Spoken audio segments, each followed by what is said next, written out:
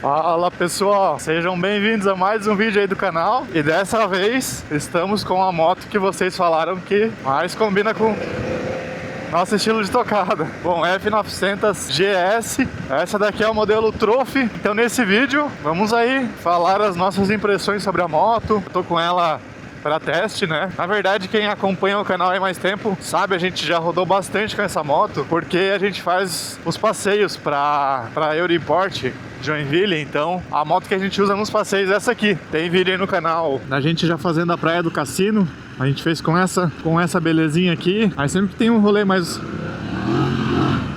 off-road, a gente faz com ela. Então a gente já rodou aí basicamente, ó, 7.700 km. Vamos colocar aqui, desses 7.700, uns 6,5, 7 fui eu. Então já deu para testar bastante a motoca. E aí, nesse vídeo a ideia é a gente dar as nossas impressões, falar sobre o que ela melhorou, o que ela não melhorou, da versão anterior, que é a 850, né? Que substituiu a famosa 800 lendária, que durou aí praticamente 10 anos. Porque, se eu não me engano, as primeiras 800, elas vinham com o motor remapeado para 650, alguma coisa assim, mas já era o mesmo projeto que foi lançado lá em 2013 aqui no Brasil, mas já tinham versões alemãs, como dizem, né?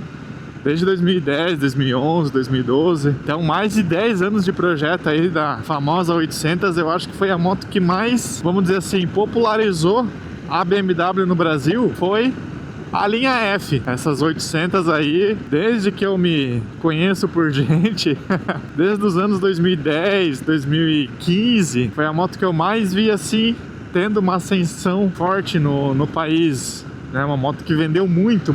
Eu não sei hoje a quantidade de motos emplacadas que existem da F800, seja F800 GS, F800 GS Adventure, que saiu um pouco depois, né? Mas eu sei que são muitas. Então, a moto que basicamente popularizou Big Trail no Brasil. Depois disso vieram várias outras marcas com as suas motos, né? Parecidas. Aí depois veio a Tiger, da Triumph. Depois veio, antes na verdade, né, da Tiger já tinha Suzuki V-Strom, Teneré 660. Então, o mercado de Big Trail basicamente foi puxado, né, por essas marcas aí. A BMW fez bastante à frente. E aí depois da 800 veio o lançamento da 850, que foi uma grande evolução já de projeto. A moto teve muitas diferenças, principalmente a parte de tecnologia, né? Ela evoluiu bastante. O design também mudou um pouco, mas ela ainda era uma moto muito conhecida como uma moto que faz tudo.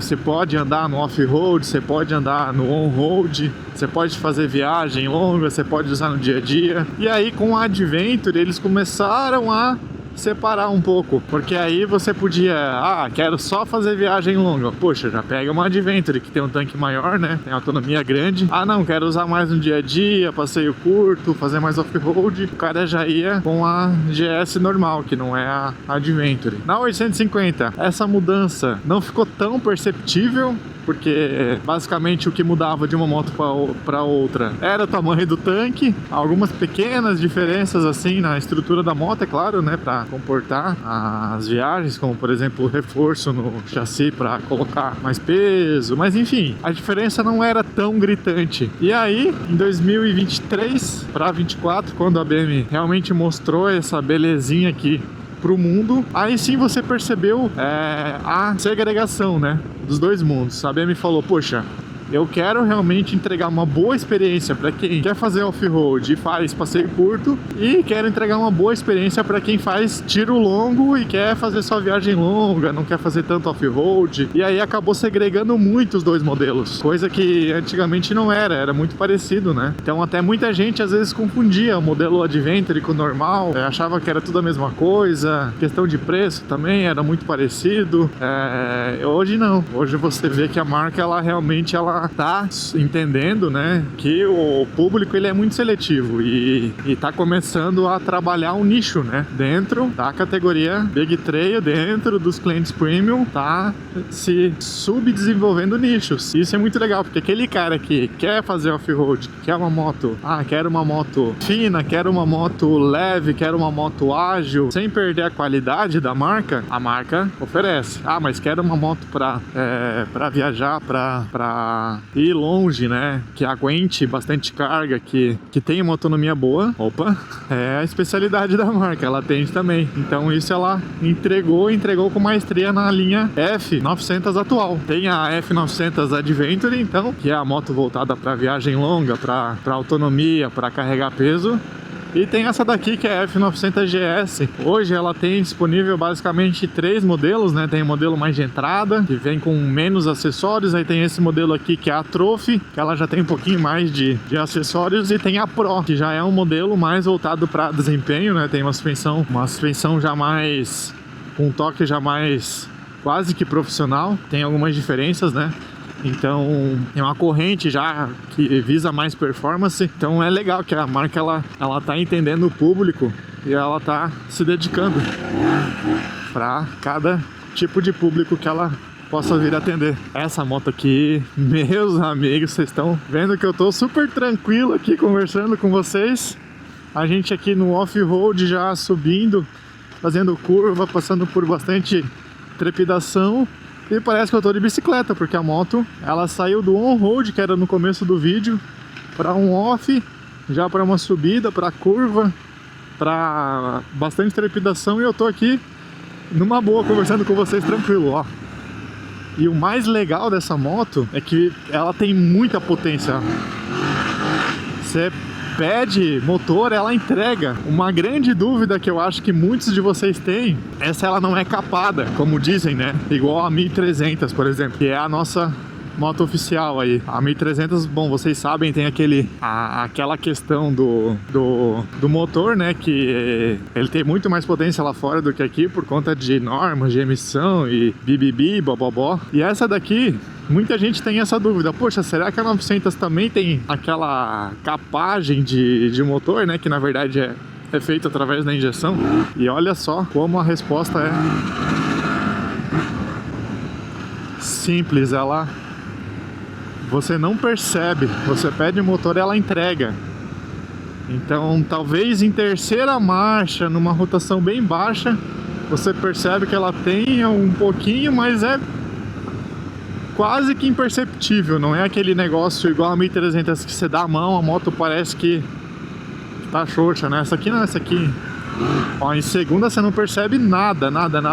Você pede moto, você pede motor, ela entrega. E o impressionante nessa moto, o que eu achei desde a minha primeira impressão, falando de impressões, né, vamos dizer de dono, né, de pilotagem, é a posição de pilotagem e a facilidade de pilotagem dessa moto. Eu já tive a 800 antiga, né, e a 850. Na 850, principalmente, como ela era uma moto muito versátil, quando você fosse andar num lugar mais assim, mais que fosse exigir mais off-road, você percebia que ela era um pouco mais travada, né?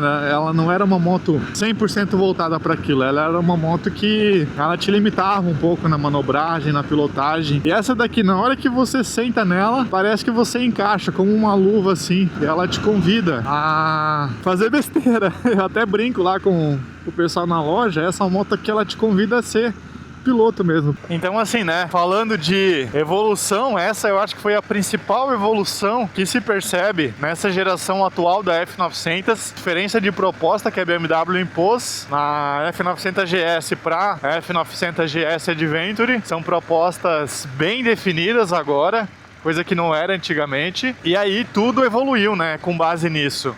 A moto ficou, essa daqui falando agora especificamente da 900, ela ficou muito bem acertada pro off-road. A gente já fez bastante on-road com essa moto aqui. E aí no on-road você realmente sente que a moto ela não é voltada pro conforto, né? Não é uma moto que visa aí você fazer percursos longos. Apesar de, se o piloto não se importar com um pouco mais de desconforto, com ter que abastecer mais vezes, aí sim dá para ir tranquilo, né? Porque a moto ela tem tecnologia. Ela atende, né, todo tipo de pilotagem.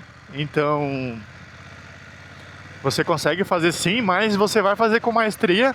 Isso aqui que a gente está fazendo, ó, curto, passeio off-road, conhecer lugar novo, se meter em enrascada, por que não?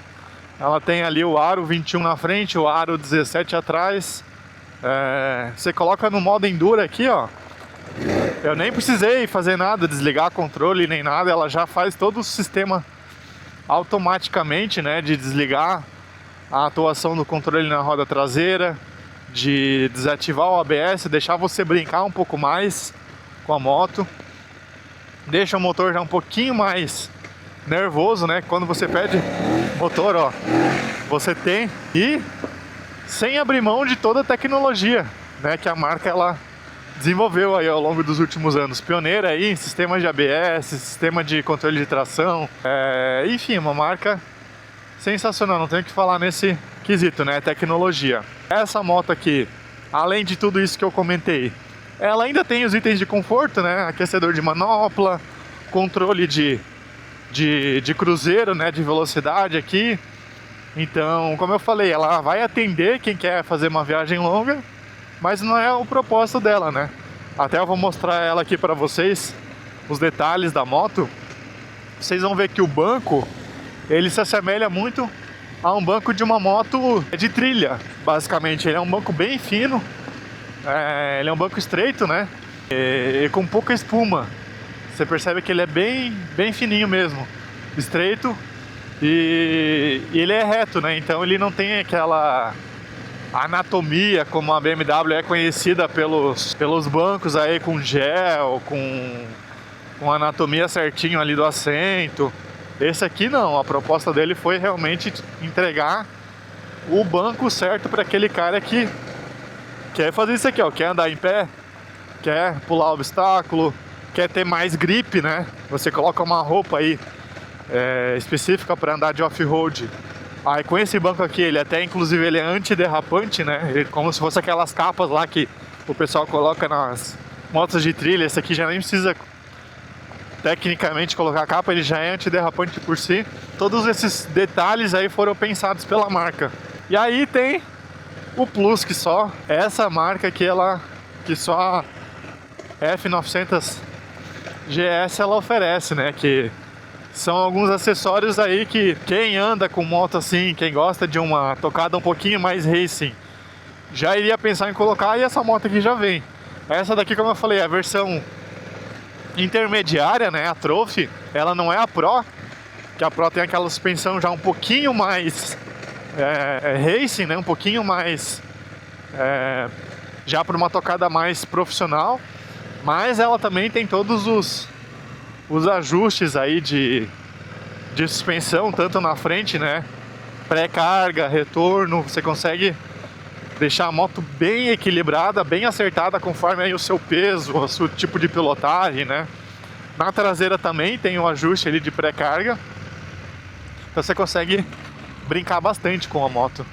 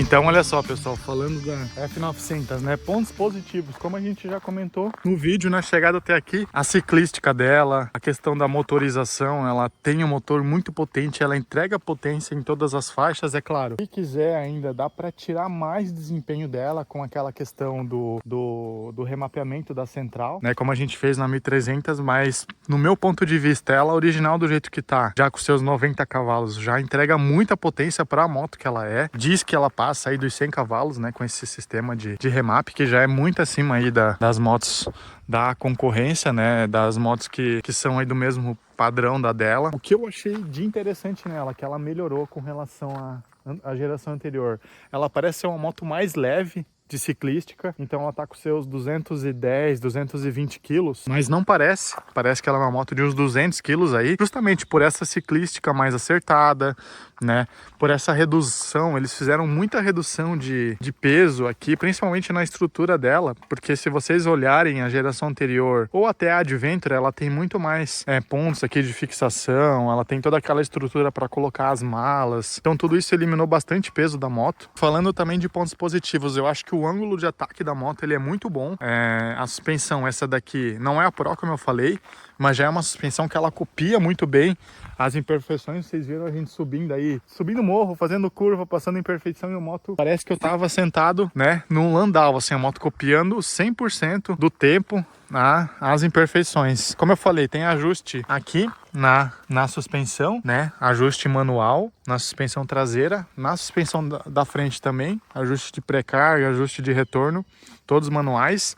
A versão Pro, ela vem com a suspensão Showa, tanto na frente como atrás, então é uma suspensão já, ela é um pouco mais parruda, ela tem mais, um pouquinho mais de curso, se eu não me engano também, eu até posso correr atrás dessa informação, mas ela é uma suspensão mais robusta, né, mais voltada para desempenho mesmo. Eu acho que dessa daqui para outra não vai ficar devendo em nada, a não ser que o cara for, vou competir, vou colocar a moto em pista, vou fazer enduro, realmente como a gente faz lá com a 1300, né, talvez a Showa vai fazer diferença nesse sentido, mas para uma tocada como a gente fez a de hoje, essa aqui atendeu 100%, né? Então assim, a gente já falou motorização, suspensão, projeto da moto, o que mais? A tecnologia, né? A gente já comentou aí todos os itens de tecnologia que ela oferece. Não preciso nem ser repetitivo aqui, né? As 4 e 5 motos de pilotagem. Então assim, é uma moto que realmente ela é muito completa em todos esses pontos, né? O que eu acho interessante é que ela venha mais. Essa alma de alumínio aqui, que faz muita diferença numa tocada off-road aí para questão de proteção, escapamento, que vem em todas as motos, seja de entrada ou seja a Pro, ela vem já com escapamento, né? O protetor ele vai vir só no modelo Trophy e a Pro, se eu não me engano, ela também tem aquela corrente M Performance, que é uma corrente M Endurance, né? Que é como se fosse aquela corrente performance que vem nas S1000 lá, RR e tal, que é uma corrente já mais voltada para desempenho também, que precisa de menos lubrificação, menos ajuste, enfim. Não vejo diferença numa moto dessa, até porque, como a gente faz muito off-road, né, a gente está acostumado a sempre estar regulando, sempre estar limpando, ajustando corrente, então não vejo muita diferença numa moto dessa, claro, como eu falei, se não for uma tocada voltada para desempenho, né? Se a pessoa for usar no dia a dia, assim como eu também uso. Agora, pessoal, falando de pontos negativos, o que eu já ouvi de reclamação dessa moto aqui, que no caso o ponto negativo é muito pessoal, né? Vai de cada pessoa aí, porque às vezes pode ser um ponto negativo para mim, mas pode ser que não seja para outras pessoas. Tem muita gente que reclama da autonomia. Ela tem um tanque de 14 litros e meio por volta disso. Então, geralmente, quando você usa 10 litros de tanque da moto, você já vai ter que abastecer. E para algumas pessoas incomoda, principalmente aquelas pessoas que compraram a moto com um propósito errado, né? Como a gente falou, a pessoa ela comprou a moto para fazer viagem longa e aí ela se incomoda de ter que parar a cada 180, 200 km para abastecer. Claro, eu deveria ter comprado uma Adventure, que tem um tanque grande, né? Para mim isso não me incomoda, até porque eu gosto de cada 2 horas no máximo aí de tocada parar, tomar um café, conversar, ir no banheiro, né? Então, para mim é tranquilo, tem gente que se incomoda com isso. Para mim até, eu acho que é bom, né, ter esse tanque um pouco menor, porque vai ter uma economia boa de peso, né? Vai economizar peso, Enfim, então tem os pontos positivos e os negativos. A maioria das pessoas colocam como negativo, né? Na minha opinião, para mim já não é. Mas enfim, tem muita gente que reclama desse painel aqui. E isso aqui é um ponto polêmico. Tem muita gente que reclama que ele quebra muito fácil. E aí você fica com a frente da moto meio solta. Eu não sei se a estrutura dela foi feita de plástico, como é que é feito aqui dentro. Eu sei que algumas motos está acontecendo isso. E principalmente quem usa muito no off-road, que é a proposta da moto, né? Mas é uma questão que não era para acontecer tão fácil, né? Eu já vi relatos aí com motos de baixa quilometragem acontecer isso. Essa daqui a gente já usou bastante no off e não aconteceu. Então não sei se a gente está com sorte ou talvez a gente não usou no extremo, né? Mas os relatos que eu ouço é de quebrar muito fácil esse suporte aqui de painel, de bolha, de farol. E aí eu não sei se a BMW ela já fez uma evolução no projeto, se já tem alguma atualização. Eu sei que eles estão trocando para alguns clientes em garantia, né? Então talvez seja aquilo que a gente comentou. Projeto novo, a moto ainda está sendo usada, testada, ela vai evoluindo aí com o tempo. Outro ponto negativo que eu vejo as pessoas falarem dessa moto aí, eu também ainda não percebi, é a questão do peso. Tem muita gente que fala que ela ainda assim é muito pesada, né? Mas eu acho que isso se justifica. Ela é uma moto de 900 cilindradas, então assim, às vezes a pessoa ela quer que uma moto de 900 pese o peso de uma moto 500, de uma 600 ou de uma 700. Vai ser até tecnicamente impossível, porque ela é uma moto que tem quase 1000 cilindradas, né? Então assim, vamos colocar aí do lado de uma Teneré 700, por exemplo, que tem seus beirando 200 quilos, ela vai ter 15, 20 quilos a mais, mas se justifica pelo conjunto, né, da obra, ela se justifica por isso, né, então não vejo que também é um ponto negativo, mas tem pessoas que ainda reclamam. A altura também, tem muita gente que reclama dela ser uma moto muito alta, até porque o banco dela já é um banco mais alto, né, como eu falei, é um banco mais fino, né? As pessoas reclamam de ser um banco muito duro. Tem a versão low, agora em 2026 saiu, então ela vai ter o banco ainda mais cavado aqui, justamente para ajudar essas pessoas que reclamam da altura.